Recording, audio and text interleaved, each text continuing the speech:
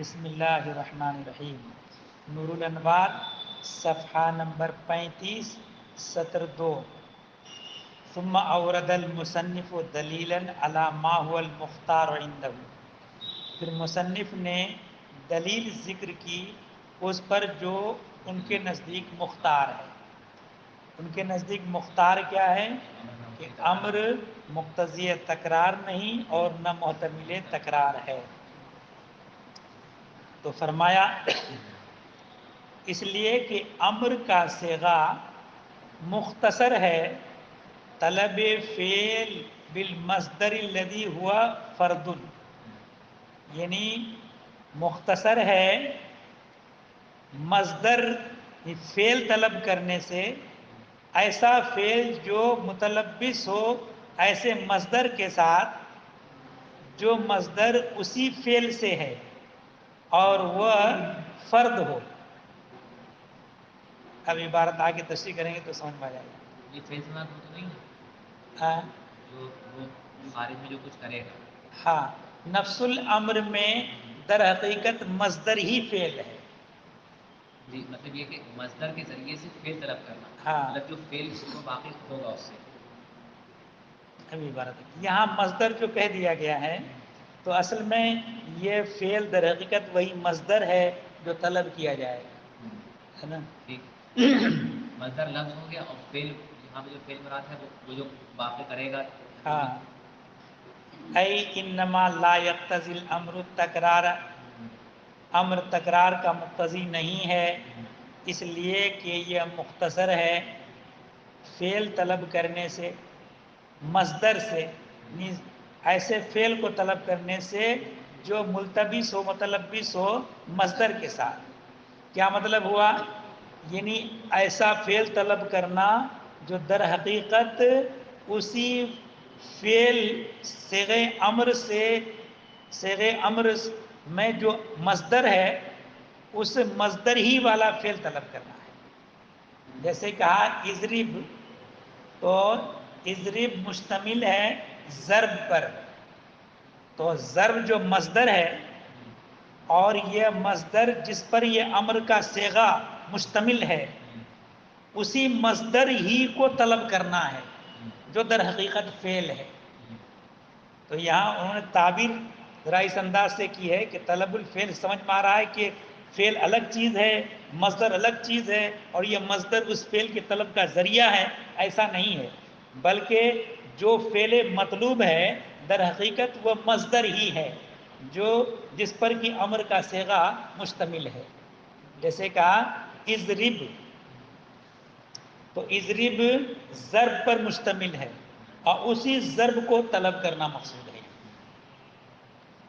فقولہ کا اضرب، تو تمہارا قول اضرب یہ مختصر ہے اطلب من کا ضرب سے، یہاں آ کر کے اس فعل کو ساقط کر دیا ہے نا کہ میں تجھ سے ضرب طلب کرتا ہوں۔ وقولہ صلو، اور ان کا قول صلو یہ مختصر ہے اطلب منکم الصلاۃ کا، اور اس کا قول طلقی یہ مختصر ہے افعلی فعل الطلاق سے۔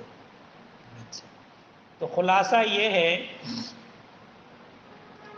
امر جس مصدر پر مشتمل ہے اسی مصدر ہی کو طلب کرنا مقصود ہے، اور وہ مصدر جو مختصر من ہو، کہ جو اطلب من کا ضربہ جو یہ مختصر من ہو ہوا، اسی سے جو اضرب آیا ہے مثلا، تو یہ مصدر مختصر من ہو یہ فرد ہے، عدد کا احتمال نہیں رکھتا۔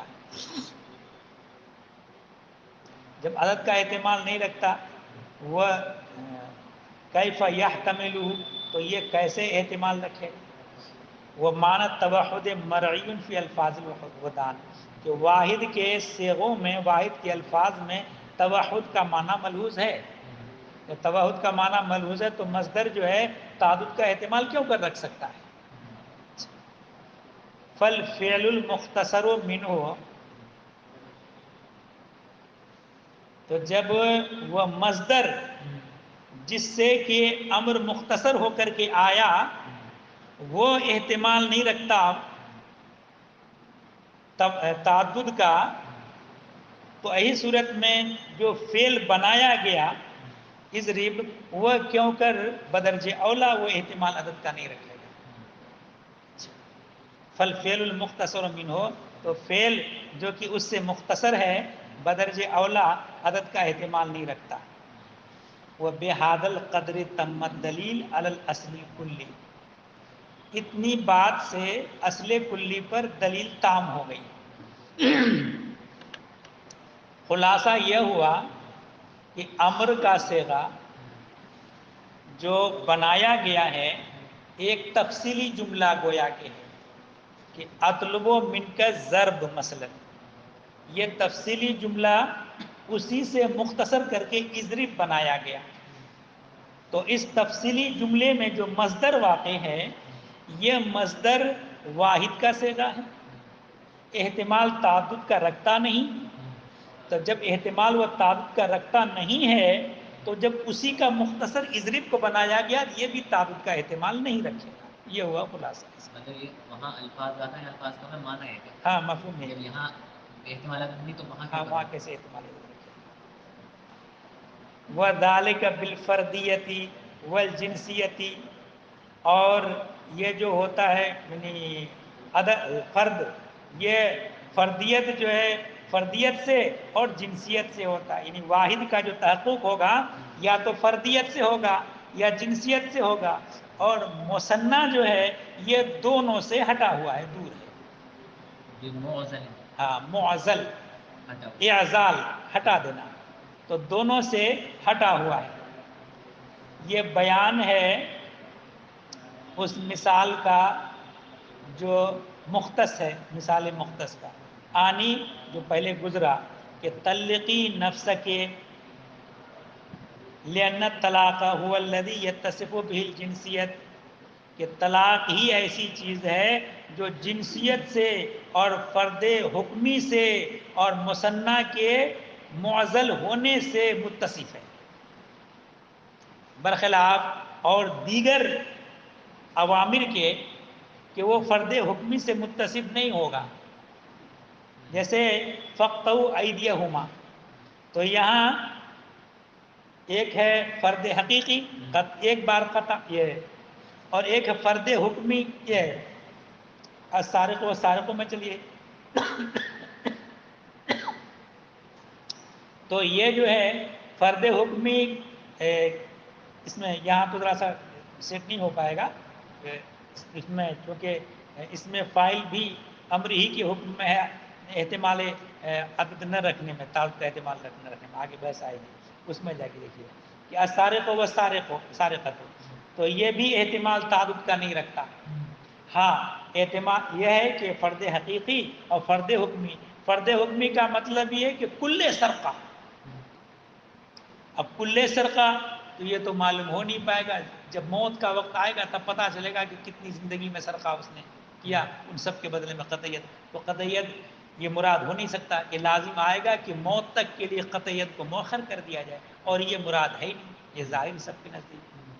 یہاں طلاق والے مسئلے میں یہ فرد حکمی معلوم ہے کیونکہ تین ہی ہے، اس کے علاوہ ہے ہی نہیں.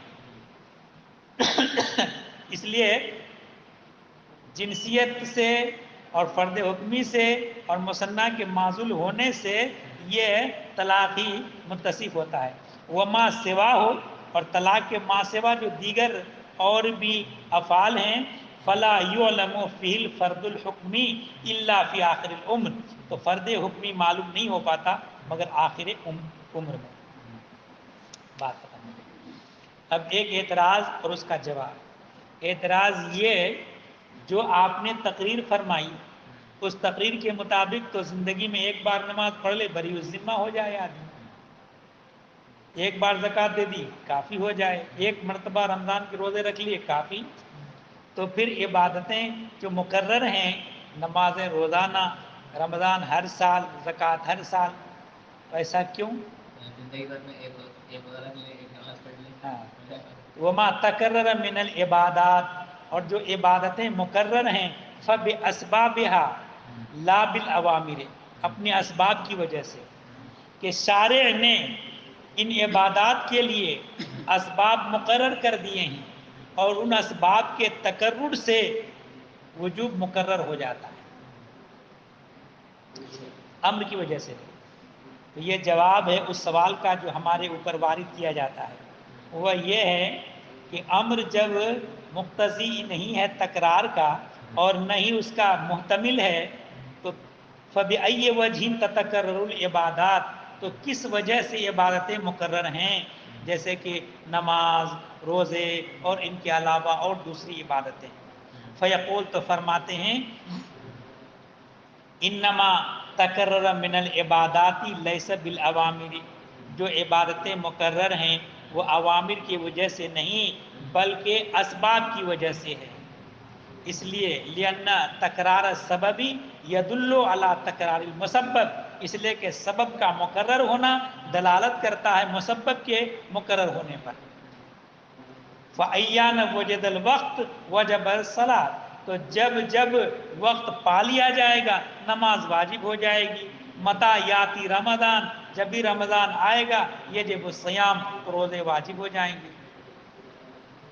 وہ مہما قدر علی ملک المال، اور ملک مال، مال سے مراد مال نصاب مال بقدر نصاب، جب بھی مال بقدر نصاب کی ملک پر قادر ہو جائے گا زکوٰۃ واجب ہو جائے گی۔ وَلِذَا لَمْ يَجِبِ الْحَجُّ فِي الْعُمْرِ إِلَّا مَرَّةً، اسی وجہ سے حج واجب نہیں ہے عمر میں مگر ایک ہی بار۔ کیوں؟ اس لیے کہ ان عبادات کو اوقات کی طرف مضاف کیا گیا ہے، تو للہ علی الناس حج البیت من استطاع الیہ سبیلا، تو حج کی اضافت بیت کی طرف کی گئی، تو اس سے ظاہر ہوگا کہ بیت سبب ہے حج کا۔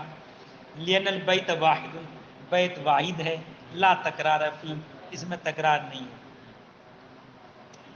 لا یقال، ایک اعتراض اور، اعتراض یہ ہے کہ آپ نے جو تقریر فرمائی اس تقریر میں یہ کہا کہ عبادات میں جو تکرر ہے یہ اسباب کے تکرر کی بنا پر ہے، امر کی وجہ سے نہیں ہے۔ تو اس پر اعتراض کیا کہ جناب کہ وقت سبب ہے نفس وجوب کا، ایک ہے نفس وجوب اور ایک ہے وجوب ادا۔ یہ زکوٰۃ کے باب میں بآسانی سمجھ میں آتا ہے۔ جس دن بقدر نصاب مال کا مالک ہو گیا اس دن سے اس کے اوپر نفس وجوب زکوٰۃ ہو گیا، لیکن ابھی ادا واجب نہیں ہے۔ ادا واجب ہوگا اس وقت جب سال پورا ہو جائے گا، جب تک سال پورا نہیں ہے اس وقت تک ادا واجب نہیں ہے۔ تو پھر یہ نفس وجوب اور وجوب ادا میں تفریق کر کے فائدہ کیا، اس لیے کہ اب گنہگار ہوگا نہیں بندہ، جب سال پورا ہو جائے، حولان حول ہو جائے، اب ادا نہ کرے گا تو گنہگار ہوگا۔ تو اس نفس وجوب سے حاصل کیا ہوتا کہ حاصل ہے اس لیے کہ ایک آدمی بقدر نصاب مال کا مالک نہیں ہے اور زکوٰۃ کی نیت سے مال ادا کر رہا ہے، اور اس کے بعد 10 دن 15 دن 20 دن مہینہ 2 مہینہ کے بعد مال کا مالک ہو گیا، تو یہ جو مال صرف کیا وہ زکوٰۃ میں محسوب نہیں ہوگا، وہ تبرع ہو گیا، خیرات میں چلا گیا۔ اس لیے کہ نفس وجوب کے بعد ہی ادا صحیح ہو سکتا ہے، نفس وجوب سے پہلے ادا صحیح ہو ہی نہیں سکتا۔ تو نفس وجوب کا ایک ہے مفاد، تو ایک ہے نفس وجوب اور ایک ہے وجوب ادا۔ نفس وجوب کے بعد اگر اس میں وجوب ادا سے پہلے ہاں ادا کر دی تو ادا کر دے سکتا ہے، لہذا نفس وجوب کے بعد تھوڑا تھوڑا ادا کرتا رہے اور لکھتا رہے۔ سالوں کی ادا کر دی، ہاں سالوں تک کی ادا کر دی، آئندہ کئی سالوں کے لیے۔ تو اس صورت میں جس دن سال پورا ہو رہا ہے اس دن اپنے کل مال کا حساب لگائے گا کہ ہمارا مال کتنا ہے، ہمارے اوپر زکوٰۃ کتنی بنی، ہم نے ادا کتنی کر دی، کل ادا ہو گئی، بات ختم۔ زیادہ ادا ہو گیا تو جتنا زیادہ ہو گیا اگلے سال کے لیے ہو جائے گا، ہاں وہ محسوب ہوتا رہے گا۔ ہاں محسوب ہوتا رہے گا جب تک نصاب ختم نہ ہو گیا ہو، ٹوٹا نہیں۔ اگر نصاب ختم ہو گیا تو پھر نہیں ہوگا، وہ تبرع میں چلا جائے گا۔ پھر اب اثر نو اگر ہوا تو پھر ہاں وہ محسوب نہیں۔ تو خلاصہ یہ ہے کہ ایک ہے نفس وجوب، ایک ہے وجوب ادا۔ وقت سبب ہے نفس وجوب کا، صحیح، اور وجوب ادا کا سبب ہے امر. تو وجوب ادا مقرر ہے. تو پھر ایسی صورت میں جب نفس وجوب کے تقرر، وقت کے اسباب کے تقرر سے نفس وجوب مقرر ہو گیا تو پھر ادا میں تقرر کیوں ہو رہا ہے؟ اس کا معلوم ہے کہ نفس وجوب کافی نہیں ہے، نفس وجوب کو وجوب ادا کے لیے امر کی ضرورت ہے. تو پھر بات وہیں پہنچ گئی کہ تقرر کو چاہتا ہے. ورنہ پھر یہ وجوب ادا مقرر کیسے ہوگا؟ ہاں نہیں لا یقال، اعتراض نہ کیا جائے کہ وقت سبب ہے نفس وجوب کا اور امر انما ہوا سبب لوجوب الادا، اور امر سبب ہے وجوب ادا کا. فکیف یکون سبب مغنیا عن الامر، تو سبب امر سے بے نیاز کیوں کر ہو سکتا ہے؟ لأننا نقول، اس لیے کہ ہم کہیں گے. یہ بات پھر گھوم پھر کر کے پہنچ وہیں رہی ہے، لیکن ان حضرات نے اصولی ہمارے اناف نے ایسا کیوں کیا ہے؟ کچھ نہ کچھ حکمت ہے اس میں، لیکن بات پھر پہنچ وہیں رہی ہے. دیکھیے، لأننا نقول ان عند وجود کل سبب یتکرر الامر تقدیرا من جانب اللہ تعالی، کہ ہر سبب کے وقت امر تقدیراً اللہ کی جانب سے مقرر ہوتا ہے. یہ مطلب نہیں ہے کہ جو اقیم الصلاۃ آیا یہ تکرار کو چاہتا ہے، بلکہ جب نفس وجوب کا سبب مقرر ہو رہا ہے اس سبب کے تقرر کے وقت اللہ کی جانب سے امر یہ مقرر ہو رہا ہے. فرق ہو گیا دونوں میں. ایک ہو گیا کہ ایک ہی صیغہ تقرر کو چاہتا، ایسا نہیں ہے، بلکہ تقرر صیغات من جانب اللہ وارد ہو رہے ہیں تقدیراً حکمن. یہ تو بہت تکلف ہے، اتنا تکلف. تو اب عبارت دیکھیے، لأننا نقول، اس لیے کہ ہم کہیں گے کہ سبب کہ ہر سبب کے وجود کے وقت امر مقرر ہوتا ہے تقدیراً اللہ کی جانب سے، اللہ تعالیٰ کی جانب. فَكَانَ تَقَرُّرُ الْعِبَادَاتِ بِتَقَرُّرِ الْأَوَامِرِ الْمُتَجَدِّدَةِ حُکْمًا، تو عبادات کا مقرر ہونا اوامر متجددہ کے حکمن تقرر کی وجہ سے ہے، نہ اس لیے کہ امر مقتضی تکرار ہے. اصل میں اس سے نجات مل جائے گی کہ ورنہ امر اگر تکرار کا مقتضی یا محتمل ہوگا تو جہاں بھی امر آئے گا سب جگہ. اور یہ والا جب فارمولہ اختیار کر لیں گے، محتمل کر لیں، ہاں محتمل کر لیں، مقتضی نہ کریں. نہیں کچھ نہ کچھ ہے ہوگا، اس لیے کہ ان حضرات کا دماغ بہت اعلیٰ تھا. تو اب یہاں جو ہے جہاں اسباب مقرر ہیں وہاں حکمن مانیں گے تقرر، جہاں اسباب کا تقرر نہیں ماننے کی ضرورت نہیں ہے. بیان میں ہے تکلف میں. وعند الشافعی، اور امام شافعی کے نزدیک لما احتملت تکرارا تملک ان تطلق نفسها سنتین اذا نوى الزوج، اور امام شافعی کے نزدیک امر جب محتمل تکرار ہے تو عورت مالک ہوگی کہ اپنے کو 2 طلاق دے دے جب کہ شوہر نے نیت کر لی ہو 2 کی. بیان ہے امام شافعی کے اختلاف کا جو اصل کلی میں ہے، ایسے طریقے پر جو مسئلے مذکورہ میں اختلاف کو بھی متضمن ہے. یعنی ان عندہ، کہ ان کے نزدیک جب ہر امر تکرار کا احتمال رکھتا ہے، ہر امر سے مراد چاہے امر شارع ہو یا شارع کے علاوہ کسی اور کا امر ہو، تو سواؤن کا امر شارع او غیرہ، شارع کا امر ہو یا غیر شارع کا امر ہو، تملک المرأۃ، عورت مالک ہوگی اس کے قول تلقی، شوہر کے قول تلقی نفسکے میں کہ وہ اپنے کو طلاق دے 2 بار، اذا نوى الزوج، جبکہ 2 مرتبہ کا مطلب ابھی بتا رہے ہیں کہ اذا نوى الزوج جبکہ شوہر نے نیت کر لی ہو، جمعن دے گا دو پڑ جائے گی، تفریقاً دے گا تو نہیں پڑے گی، نہیں بات سمائی؟ جب اس نے کہہ دیا طلقی نفس کے،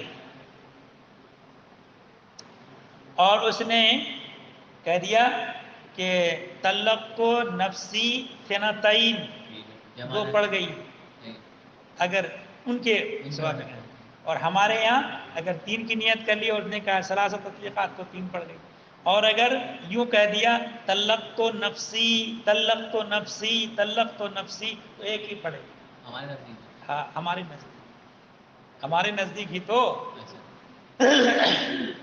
کیوں؟ اس لیے کہ جب طلق تو نفسی کہا خیار ختم ہو گیا، خیار دیا تھا نا شوہر نے، ہے نا، اب اس جس چیز کا اختیار دیا اس نے ادا کر دیا، ختم کام، اب اگلی چیز کا دوبارہ تو اختیار دیا نہیں ہے نا، ہاں اس لیے ان کے نزدیک ثنتین ہے، ہاں اگر اس نے طلق تو نفسی طلق تو نفسی، اب وہ تو ان کا اصول مزید دیکھنا پڑے گا۔ تو اذا نوى الزوج ذلك جبکہ شوہر نے اس کی نیت کر لی ہے، وَإِن لَّمْ يَنْوِ أَوْ نَوَى وَاحِدَةً، اگر شوہر نے کچھ بھی نیت نہیں کی یا نیت کی ایک کی، فَلَهَا أَن تُطَلِّقَ نَفْسَهَا وَاحِدَةً، تو عورت کو حق حاصل ہے کہ وہ اپنے کو ایک دے، کوئی نیت نہ کی تب بھی ایک دینے کا اختیار رہے گا، کیوں؟ اس لیے کہ لفظ بہرحال ایک پر تو محمول ہوگا ہی، اقل فرد ہے اس کا، اور اگر ایک کی نیت کر لی تو یہاں نیت اس کے بیان کے بالکل مخالف نہیں ہے۔ ثم اورد المصنف بتقریب بیان الامر بیان اسم الفاعل، پھر مصنف علیہ الرحمٰ نے امر کے بیان سے تقریب کے پیش نظر اس میں فاعل کا بیان کیا ہے، کیوں؟ لاشتراکہما فی عدم احتمال تکرار، ان دونوں کے تکرار کا احتمال، تکرار کے احتمال میں دونوں کے ایک دوسرے کے ساتھ شریک ہونے کی وجہ سے، کہ امر جو ہے شرکت رکھتا ہے اس میں فاعل کا اس چیز میں کہ جس طریقے سے اس میں فاعل تکرار کا احتمال نہیں رکھتا، امر تکرار کا احتمال نہیں رکھتا، تو اس مناسبت سے اس میں فاعل کا ذکر کیا۔ ایسا کیوں؟ اس لیے کہ جس طریقے سے امر مشتمل ہوتا ہے ایک مصدر پر، ویسے اس میں فاعل بھی مشتمل ہوتا ہے مصدر پر، ٹھیک ہے؟ تو جیسے امر میں مصدر واحد ہے ویسے اس میں فاعل میں مصدر واحد ہے، احتمال تعدد کا نہیں رکھتا۔ جتنے بھی افعال وغیرہ ہیں اسماء، اور اس میں فاعل کی کیا تخصیص اس میں، اور دیگر صیغہ ہے مشتقہ، اصل میں اس میں فاعل کا خاص طور پر بیان اس لیے کہ بعض احکام میں اس میں فاعل کا ذکر آنے والا ہے، السارق والسارقۃ، یہاں پہ ورنہ تو ویسے تمام صیغہ مشتقہ میں عدم تکرار ہے۔ ایسے اس میں فاعل دلالت کرتا ہے مصدر پر لغتاً، ولا يحتمل العدد، اور عدد کا احتمال نہیں رکھتا، فقوله يدل بیان لوجہ التشبیہ وقضا اسم الفاعل يدل علی المصدر، تو یدل جو ہے یہ وجہ شبہ کا بیان ہے، وجہ تشبیہ کا، ولا يحتمل، اور آگے جو ولا يحتمل ہے یہ اسی یدل پر عطف ہے۔ وفی بعض النسخ، اور بعض نسخوں میں عبارت یوں ہے، کیا؟ وقضا اسم الفاعل يدل على المصدر لغة لا يحتمل العدد، بغیر حرف عطف کے، وفی بعض النسخ لا يحتمل بدون الواو فیکون، تو ایسی صورت میں عبارت کیا ہو جائے گی، مفہوم کیا ہو جائے گا؟ تو فرمایا کہ فیکون ہوا بیان وجہ تشبیہ، یہ وجہ تشبیہ کا بیان ہوگا، کون؟ لا يحتمل العدد، اور ان کا قول یدل یہ واقع ہوگا حال، یعنی قضا اسم الفاعل لا يحتمل العدد حال کونہ یدل علی المصدر لغتاً. تو ایسے ہی خلاصہ کلامی کا واو ہو تو مجموعہ وجہ تشبیہ ہے، ہاں اور اگر بدون واو ہو تو لاحقاً عدد وجہ تشبیہ ہے، اور یہ اس سے حال ہے. ہاں ٹھیک. اچھا ہاں. فہو احتراز ان اسم الفاعل الذی یدل علیہ اقتضاء، تو یہ احتراز ہو جائے گا اس اسم فاعل سے جو اس پر دلالت کرتا ہے بطریق اقتضاء، جیسے کہ اس کا قول انت طالق. انت طالق دیکھیے، اس سے طلاق واقع کیوں ہو جاتی؟ انشاء طلاق پر دلالت نہیں کرتا. یہ تو خبر دے رہا ہے کہ یہ عورت طلاق والی ہے، یعنی ما سبق میں اس کو طلاق واقع ہو چکی ہے. صحیح ہے، صحیح. سری اسی بات کے لیے تو سری اخبار میں سری ہے نا. پہلے عبارت پہلے سمجھو، یہاں جو ہے طلاق واقع کیوں ہو جا رہی ہے اس سے؟ طلاق تو انشاء ہے، اور انت طالق اخبار ہے، اور یہ اخبار یہ بتا رہا اس بات کو کہ یہ جملہ اس بات کو پر دلالت کرتا ہے کہ یہ عورت وصف طلاق سے متصف ہے. اگر اس کی زبان سے غلطی سے بھی نکل گیا تب بھی پڑ جاتی ہے. کیوں پڑ جاتی؟ لفظ کے اندر جب انشاء ہے ہی نہیں، صحیح ہے. جب انشاء ہے ہی نہیں، سری فی الاخبار ہے، سری فی الانشاء نہیں ہے. صحیح نہیں ہے. کیوں مانا گیا سری اس کو؟ پہلے دیکھیے، یہ در حقیقت ہے اخبار، اور انت طالقن میں جو طالق ہے یہ دلالت کر، یعنی لغتاً دلالت کرتا ہے اس طلاق پر جو صفت ہے مرأت کی، زوج کی نہیں. ٹھیک ہے نا؟ جو طلاق عورت کی صفت ہے اس طلاق پر لغتاً دلالت کرتا ہے لفظ طالق. کیونکہ اس کا مصداق ہے، طالق کا مصداق ہے ہمارا. ہاں، ٹھیک ہے. تو اس پر دلالت کرتا. مگر طلاق واقع کیوں ہو جاتی؟ صادر ہے شوہر کے تکلم سے. تو ورنہ لازم اگر طلاق اس سے پہلے نہ مانی جائے تو شوہر کے کلام کا کاذب ہونا لازم آئے گا. تو حتی الامکان شوہر کے کلام کو کذب سے بچانے کے لیے یہ انت طالقن یہ مقتضی ہے اس بات کا کہ اس سے پہلے ایک تطلیق ہو جو صفت ہو کس کی؟ زوج کی. تو یہاں انت طالقن میں جو طالق ہے وہ دو معنوں پر دلالت کرتا، دو مصدروں پر دلالت کرتا ہے.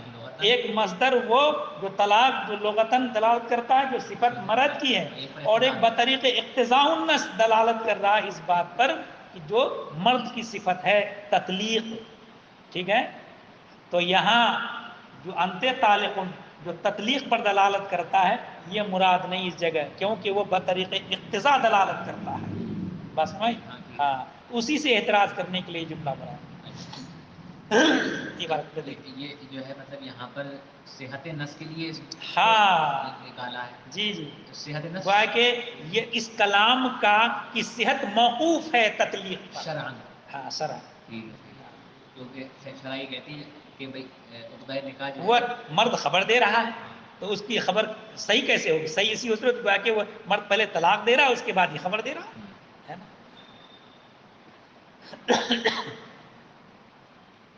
یہ اعتراض ہے اس اسم فاعل سے جو اس پر دلالت کرتا ہے بطریق اقتضاء، جیسے کہ اس کا قول انت طالقن فإنه خارج عما نحن فيه، اس لیے کہ یہ خارج ہے اس سے جس میں ہمارا کلام چل رہا ہے. وسیاتی بیانہ حتیٰ ہاں اس کا بیان ان قریب آگے آ رہا ہے. حتیٰ لا یراد بے، اس کا تعلق پیچھے سے ہے، یہاں تک کہ مراد نہیں ہے آیت سرقہ سے مگر سرقہ واحدہ. وبالفعل الواحد لا تقطع الا ید واحدہ، اور ایک فعل سے کاٹا نہیں جائے گا مگر ایک ہی ہاتھ. یہ تفریع ہے کس بات کی؟ کہ اس میں فاعل احتمال نہیں رکھتا تکرار کا. اور شافعی پر الزام ہے اس معاملے میں جس کی طرف وہ گئے ہیں، اس کا بیان اس طرح ہے کہ ان شافعی یقول، امام شافعی یہ فرماتے ہیں کہ ان السارق تقطع یدہ الیمنی اولا، کہ چور کا داہنا ہاتھ کاٹا جائے گا پہلے، ثم رجلہ الیسری، پھر کاٹا جائے گا بایاں پیر دوسری مرتبہ چوری کرنے پر، ثم یدہ الیسری ثالثا، پھر بایاں ہاتھ کاٹا جائے گا، یہ بایاں ہاتھ کاٹا جائے گا تیسری مرتبہ، ثم رجلہ الیمنی رابعا، پھر چوتھی بار کاٹا جائے گا داہنا پیر. دلیل لقولہ علیہ السلام، نبی کریم صلی اللہ تعالی علیہ وسلم کے اس قول کی وجہ سے، من سرق فاقطعوہ فإن عاد فاقطعوہ فإن عاد فاقطعوہ فإن عاد فاقطعوہ. وعندنا، اور ہمارے نزدیک، لا تقطع الید الیسری فی الثالثۃ، 2 مرتبہ تک تو ٹھیک ہے کہ پہلی مرتبہ چوری کرے دانا ہاتھ کاٹ دیا جائے گا، دوسری مرتبہ چوری کرے تو بایاں پیر کاٹ دیا جائے گا، تیسری مرتبہ چوری کرے لا یقطع الید الیسری، تو کاٹا نہیں جائے گا بایاں ہاتھ. بل خلد فی السجن، بلکہ اس کو ہمیشہ کے لیے جیل میں ڈال دیا جائے گا جب تک کہ توبہ نہ کر لے، حتیٰ یتوب. لأن السارق، دلیل کہ سارق اسم فاعل ہے، دلالت کرتا ہے مصدر پر لغتاً، والمصدر لا یراد بہ الا الواحد، مصدر سے ایک ہی مراد ہوگا، ٹھیک ہے، یا مراد ہوگا کل، دو ہی، فرد حقیقی یا فرد حکمی. وَكُلُّ السَّرْقَاتِ لَا يُعْلَمُ إِلَّا فِي آخِرِ الْعُمْرِ، کل سرقات معلوم نہیں ہے مگر آخری عمر میں. اور ہاتھ کاٹنے کا حکم تو ہے، تو یہ تو مطلب نہیں کہ مرنے کی جب بستر مرگ پر لیٹے وہیں کاٹ دیا جائے اس کا، یہ کسی کے نزدیک مراد نہیں. فَصَارَ الْوَاحِدُ مُرَادًا بِيَقِينٍ، تو ایک یقینی طور پر مراد، وَبِالْفِعْلِ الْوَاحِدِ لَا تُقْطَعُ إِلَّا يَدٌ وَاحِدَةٌ، اور ایک فعل سے کاٹا نہیں جائے گا مگر ایک ہی ہاتھ. وَأَيْضًا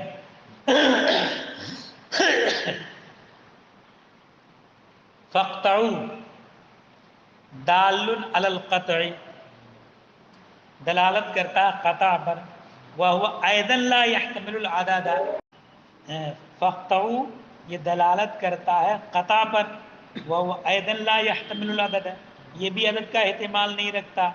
فَلَا تَثْبُتُ الْيَدُ الْيُسْرَى مِنَ الْآیَةِ، تو بایاں ہاتھ کاٹنے کا حکم ثابت نہیں ہے آیت میں.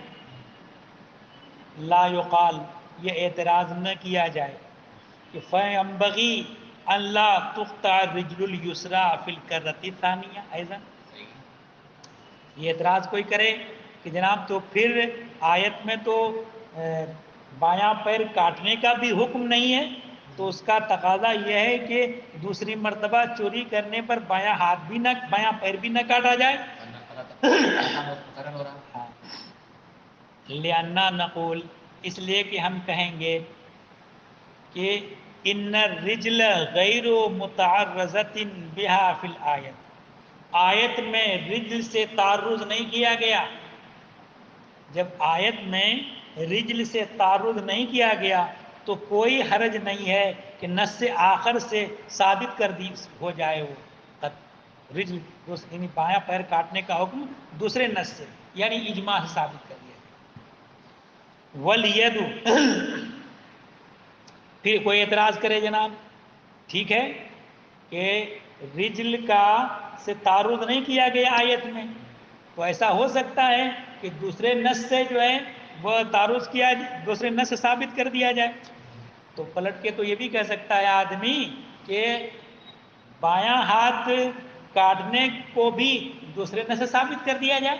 تو اس کا جواب دے رہے وَالْيَدُ لَمَّا كَانَتْ مُتَعَرَّضَةً بِهَا، جب ید سے تعرض کیا گیا آیت میں اور یمنا ہی مراد ہونے میں متعین ہو گیا، اجماع سے ہاں ہاں، اجماع سے ثابت ہو گیا کہ اجماع سے بھی، اور بعض قراءت میں جو حضرت عبداللہ ابن مسعود کی قراءت میں ایدیہما کی جگہ ایمانہما بھی ہے، اچھا ہاں، اور جو قراءت شاذہ ہیں اگرچہ نماز میں اس کی قراءت نہیں کی جائے گی مگر حکم پر دلالت کرتا ہے،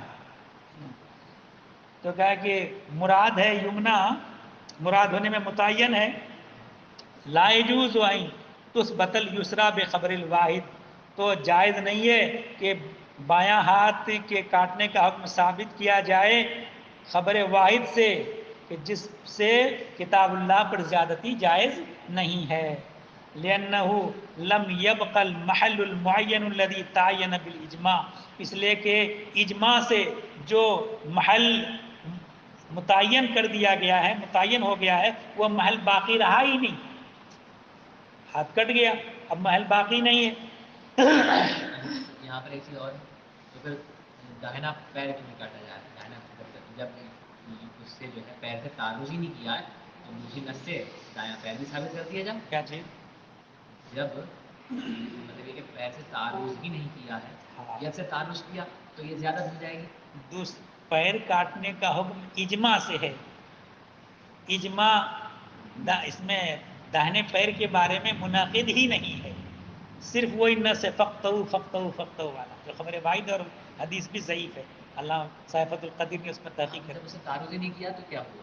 دوسری نس سے ثابت کر دیا، یہاں پہ کہا دوسری نس سے ثابت کیا، یہاں پہ اجماع سے نہیں کہا، دوسری نس سے ثابت کیا۔ اسی وجہ سے حاشیہ میں انہوں نے کلام کیا کہ یہاں نس نہیں کہنا چاہیے، ان کو اجماع کہنا چاہیے، یہ دوسری بات ہے جو یہاں پر ہے، دیکھنا حاشیہ میں لکھا ہوا ہے نس سے مراد بہرحال کلام میں گنجائش ہے کہ نس سے مراد وہاں اجماع ہو، کہ اجماع پر بھی نس کا اطلاق ہو سکتا ہے۔ ہاں، اب ایک اعتراض ہو گیا کہ جناب کہ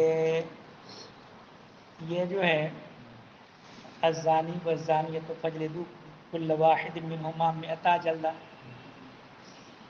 زانی اور زانیہ اگر غیر محسن و غیر محسنہ ہوں، زنا کرے 100 کوڑے لگا دیے جائیں، 100 کوڑے لگانے کے بعد پھر زنا کرے تو پھر کوڑے لگائے جائیں، پھر لگانے کے بعد پھر اگر زنا کرے تو پھر کوڑے لگائے جائیں،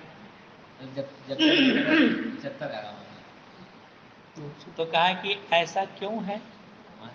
یہاں بھی قطع ید کا حکم ہے، آپ کہتے ہیں کہ تیسری مرتبہ میں ہاتھ نہیں کاٹا جائے گا، اور وہاں جو ہے دوسری مرتبہ تیسری مرتبہ میں حد جاری ہے، تو کہا کہ ایسا ہے کہ جس محل میں قطع ید کا حکم ایک مرتبہ نافذ ہو جائے تو اب محل قطع باقی رہتا ہی نہیں، برخلاف جلد میت کے کہ بدن صلاحیت جلد رکھتا ہے، نہیں بس میں تو پھر وہی کہیں گے کہ سبب آیا، وہ تو الگ بحث رہی، پہلے اتنی جتنی بات یہاں سمجھا رہے اتنی بات سمجھو کہ یہاں جو ہے محل معدوم ہو گیا ایک مرتبہ قطع ید کے بعد، محل باقی نہیں، اور جلد میت میں محل باقی ہے، اتنی بات ابھی سمجھا رہے ہیں، باقی تو بعد میں پڑے گا نا، اگرچہ محل باقی ہے لیکن یہ کہ ارے جواب دے دیا ہے نا، برخلاف جلد کے فَإِنَّهُ كُلَّمَا يَزْنِي غیر المحسن یجلد،